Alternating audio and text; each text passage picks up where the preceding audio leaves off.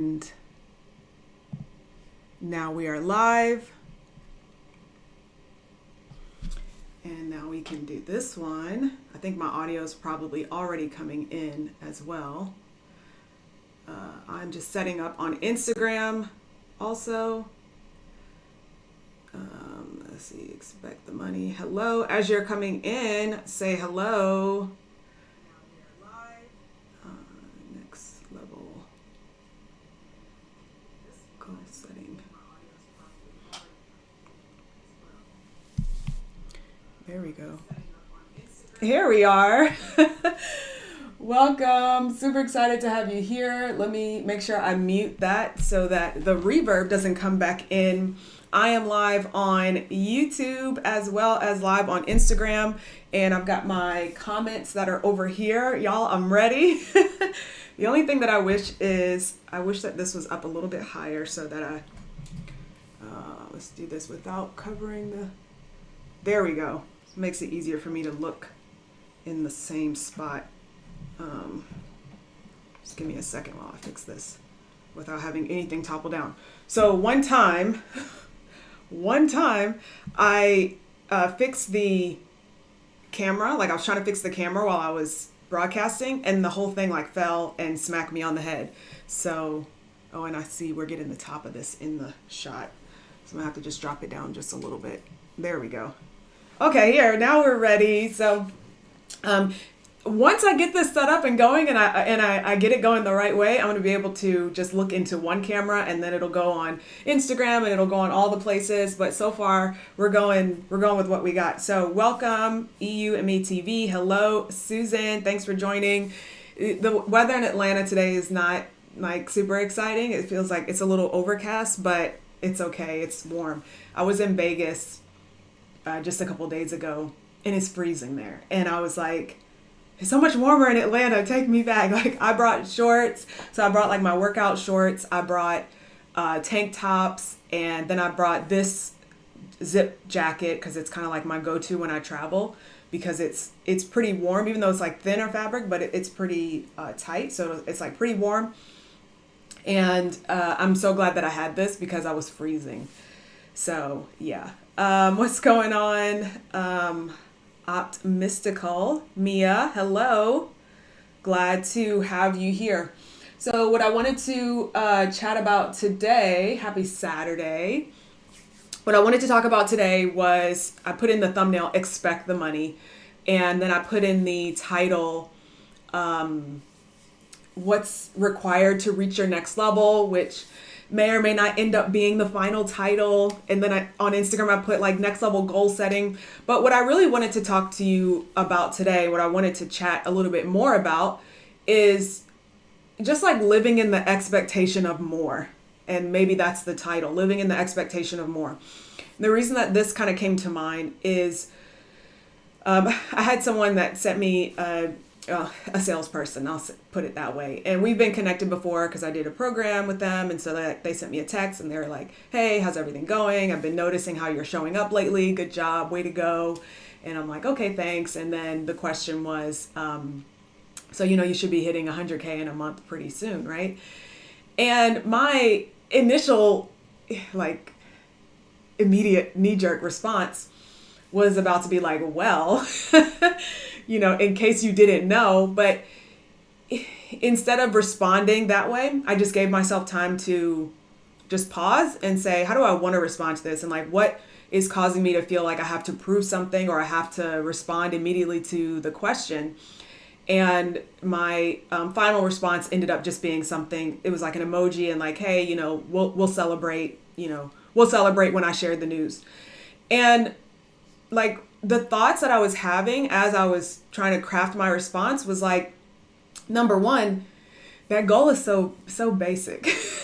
And so I've been rewatching the show Inventing Anna lately because after that conversation that came to mind, it was like, the initial goal that you thought you had, that you thought that would be exciting for you, it ends up as you get there and as you reach it, it ends up feeling like, wow, like that was it. Is that all that I was reaching for? And so part of the conversation that I wanted to share today was just like, what does it feel like to set next level goals and really like expecting the money instead of feeling like you have to set the same goal that everybody else does? And I'm not saying that everyone has the goal to hit six figures in a month. Everybody doesn't have the goal to, heck, make, $10,000 a month. Like everybody has different goals. But what I wanted to talk about was just what it's like to set goals that stretch you and what that causes for you, like how that allows you to step into your next level. So if this is something y'all want to chat about, you're excited about it, if you're on IG, throw me some emojis. If you're on YouTube, give me something good over there too. You can throw me some emojis there also. So I wanted to go back to one of the very first, I would say, like big goals that I set, which was I wanted to pay off all of my credit card debt. So this was back in like recession time frame. It was 2008, 2009, 2010. So I graduated during the Great Recession. And this was actually my second time graduating. The first time I graduated with a Spanish degree. Didn't really do much with that one. So, just kind of leave that where it was, little arts thing.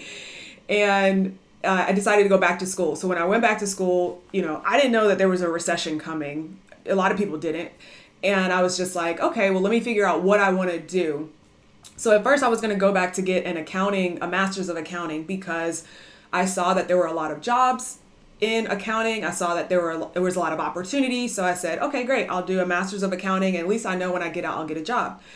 Long story short, accounting is just not my thing. Numbers have always been a little bit odd for me. So as I was doing the Masters of Accounting track, I also had to take a finance class because I had to fill in some of those undergraduate requirements in order to get that Masters of Accounting. And as I was taking that class, I was like, wow, this is actually really interesting. It was so interesting to me that I could look at numbers and see the story that they were telling. So if you're a creative person and you feel like numbers aren't really your thing, I really want to encourage you to think beyond that, because there's the kind of like nuts and bolts, like the accounting, like let's count 1 + 1 = 2. And then there's the process of understanding the story. And so if you're a creative person, you might be surprised that you will be able to understand the story that the numbers tell, whether it's looking at how to analyze the numbers from setting up ads, or, looking at the numbers on a spreadsheet and really understanding the story behind it. And so that's what I learned. I discovered that I was really good at understanding that, and I actually really enjoyed it. And not only that, but I wanted to understand how banks were able to make so much money from me. I was like, how is it that I just keep paying, but this balance just doesn't go down, like it's not going anywhere? So when I graduated, I had a lot of credit card debt. I had, and I say a lot now as like the number seems different levels, right? So it was I had like $22,000 of credit card debt, well over $22,000. I had a car loan that was like around $10,000, and I was working at a burger place. Like I was literally flipping burgers, even though I had a degree, and I was working on started working on the second degree while I was there. So I wasn't really in a financial position to just like take chunks of money and pay everything off. I also had student loans. Like my finances just didn't look great. And I remember that I was, as I started my personal finance blog, I was connected with a lot of people who were talking about finances. And one of the biggest things that they were talking about was, if you want to pay off debt, you got to like focus on it. And you got to say, you be relentless, and, every dollar has to go to debt. And that just never really excited me. I was just like, why do I want to work just so I can pay off debt? Like it felt like slavery. That's what it felt like to me. It felt like I'm putting all these hours in, I'm doing all this work. Sometimes I'm doing stuff that I don't enjoy, and then I have to take every dollar and give it away. So it just didn't make sense to me. And that's the reason why I continued to have debt, and I had credit cards, and I would spend on, because it gave me joy to like spend the money, even though I didn't quite have it. Like I did all sorts of stuff, and I regret nothing.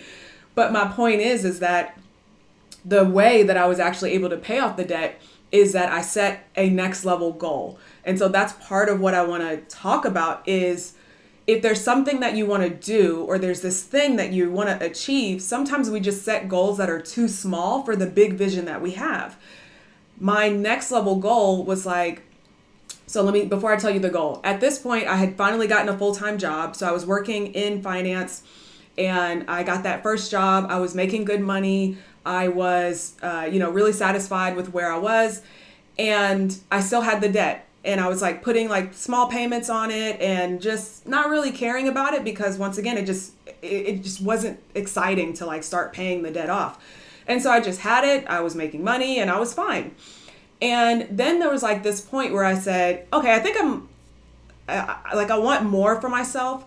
And I had a next level goal. So my next level goal was I want to buy a house. And that was like my original goal. My original goal was I want to buy a house. So that push for me to say I want to buy a house was a next level goal for me. And it also prompted me to say, what do I have to do in order to buy the house? And I knew that what I had to do in order to buy the house was that I had to get rid of debt. Like I had to improve my credit score. I had to save a good bit of money. I had to get in a better financial position. And so now when I was making money, right, when my paychecks were coming in and I was turning around and taking a percentage and paying off the debt, I was doing it from a different perspective. I was doing it with joy. I was doing it as, this is just like level one. This is just my first stepping stone to this next level goal. And so kind of bringing it back to the conversation of like hitting 100K month, or, whatever it is for you, 6 figures in a year or multiple 7, whatever, the number doesn't matter. The point is that goal has to light you up. That goal has to make you feel like I'm excited. And then you can take the steps to get there. At least that's what it was like for me. And so my very first thing was I said, okay, when I pay off, this part of it. So the first thing was like, I think my car, was it my car loan? No. It was actually the credit cards. So I was like, okay, it's 22K of credit card debt. When I pay off these credit cards, I'm going to buy myself something nice. And I did talk about this before in a video. I don't know if I still have the video on my YouTube channel, but I ended up purchasing a purse. I bought a Louis Vuitton bag.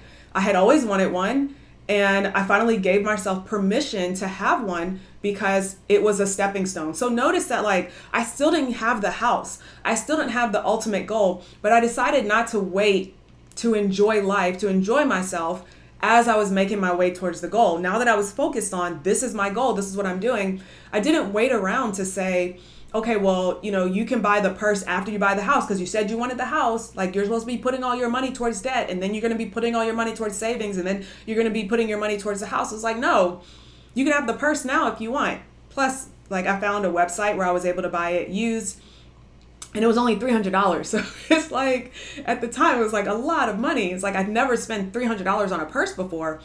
But like that act of giving myself permission to like have fun along the way, to enjoy life along the way, to recognize that even though I have a next level goal, it's okay to like take a break at the gas station, right? And get a Reese's Nutrageous, which is my favorite. That's what I stopped to get at, by the way. That's okay. And so there's breaks along the way. And so then that was kind of like the first exciting thing. And I was like, okay, good. And then I met my fiance, and then my goals changed a little bit. It was no longer, let me buy the house, because now I wasn't single. And so it was like, we were going to buy the house. We were just going to buy it together. At the time, my credit actually wasn't good enough. So, he ended up buying the house, but because I was still in that process of improving.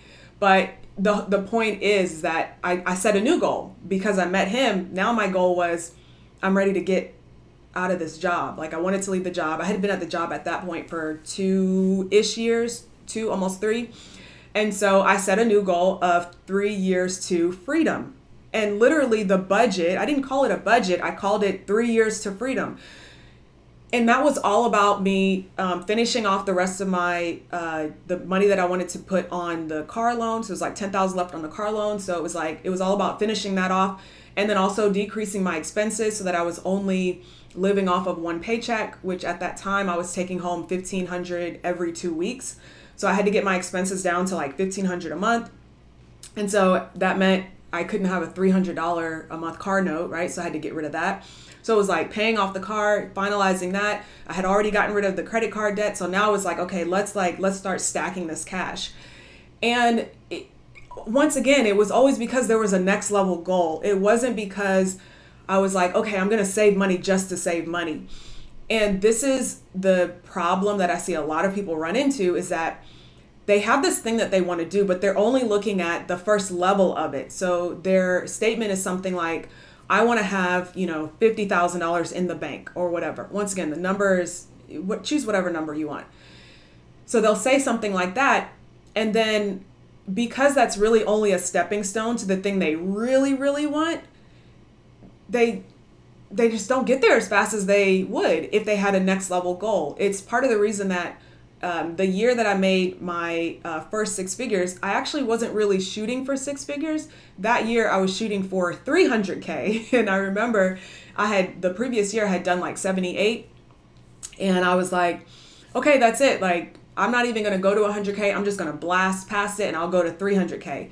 And because I had my eyes set to that next level goal, when I got to 100K, I was like, oh, okay, great. Like, this is good.